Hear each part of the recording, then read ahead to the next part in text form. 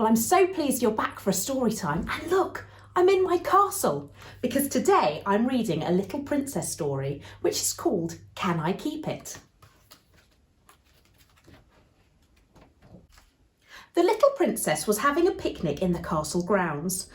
Oh, she cried as she tugged at a red packet. The packet ripped open, sending biscuits flying in every direction. Woof, woof!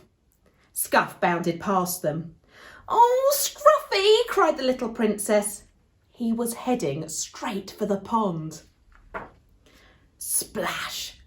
Scruff leapt into the water, drenching the pondside picnickers. That's naughty, shouted the little princess. Scruff clambered out and shook his fur. Puss reached for the umbrella. Now the food is all wet. The little princess was really cross until she looked down at her glass. There's an animal in my drink. The little princess went straight to the Admiral. The Admiral eyed the strange creature nervously, then pulled up his rubber ring. There are sharks in these waters, you know. Is this a shark? Asked the little princess. It's difficult to know, replied the Admiral. A shark? Gasped the little princess. Can I keep it? The Admiral was in three minds. Yes. No, I don't know. That's not a shark, that's a tadpole, cried the maid, when the little princess brought the glass into the laundry room. And it belongs where you found it. But I want to keep him, argued the little princess. The maid shook her head. It'll be missing its friends. The little princess looked down into the glass and made a decision. I'll be his friend.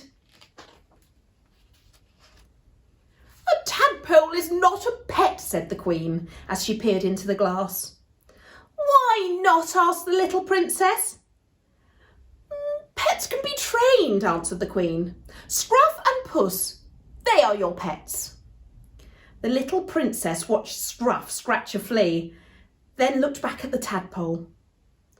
But I want this one, she begged. Please.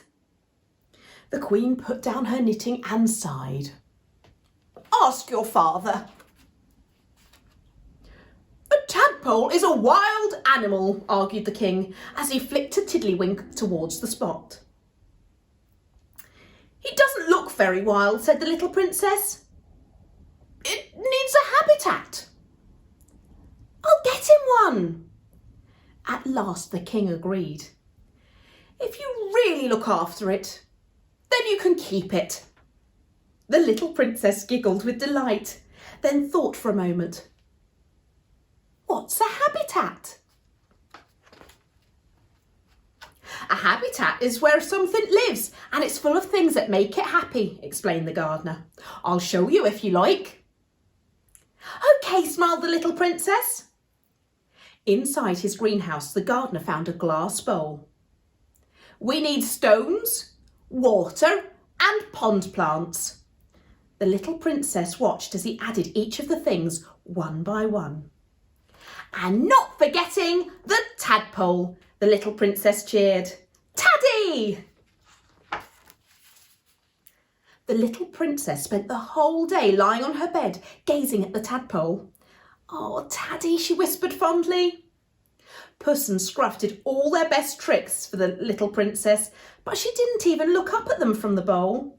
She was having too much fun just watching Taddy swim round and round and round. Isn't he great? She beamed. The little princess liked making Taddy happy. In the morning, she fetched him some fresh pond water. In the afternoon, she dug up a new rock for his bowl, then rinsed it off in the sink. I would like to take him everywhere, announced the little princess as she carried the bowl into the kitchen. The chef shooed her straight back out. No, no, no, no, no. The tadpole was the best little pet the princess had ever had. He was always there when she wanted to play with him, and he never did anything naughty. But one morning, when she peeped into his bowl, the little princess got the shock of her life. "Taddy!" asked the little princess.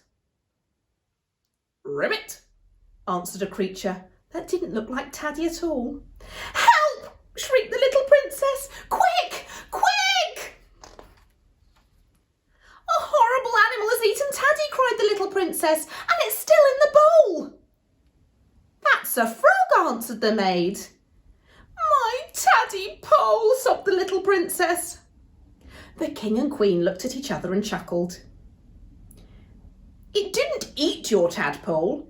It is your tadpole." "Tadpoles turn into frogs," explained the gardener. The little princess was delighted. "Taddy's all grown up," she beamed proudly. "Ribbit," agreed Taddy. Suddenly, the little princess had an idea. "I'm going to keep my froggy forever." The rest of the day was spent playing with the wonderful new pet. Puss and Scruff tried their best to join in, but they weren't half as interesting to the little princess. "Kiss Froggy," demanded the little princess at bedtime. The queen clicked the light off. "Good night." But it wasn't good night at all. "Ribbit," croaked Froggy. "Ribbit," echoed the frogs in the pond outside. Nobody in the castle got a wink of sleep. The little princess had no choice but to pull the covers over her bed, leaving Froggy to call his friends. "Ribbit, ribbit." Enough was enough. The next morning, the little princess got up early. "Bye-bye, Froggy," she said, as she tipped him back into the castle pond. "Go and find your friends." That night, the little princess snuggled up in bed with Puss, just like she used to. "You're a lovely, quiet pet," she sighed happily. Scruff leapt up onto the bed too. Puss tried to keep quiet, but it was too late. "Woof, woof!" "Into your basket, both of you," said the little princess firmly. From now on, her bedroom was not a place for noisy pets.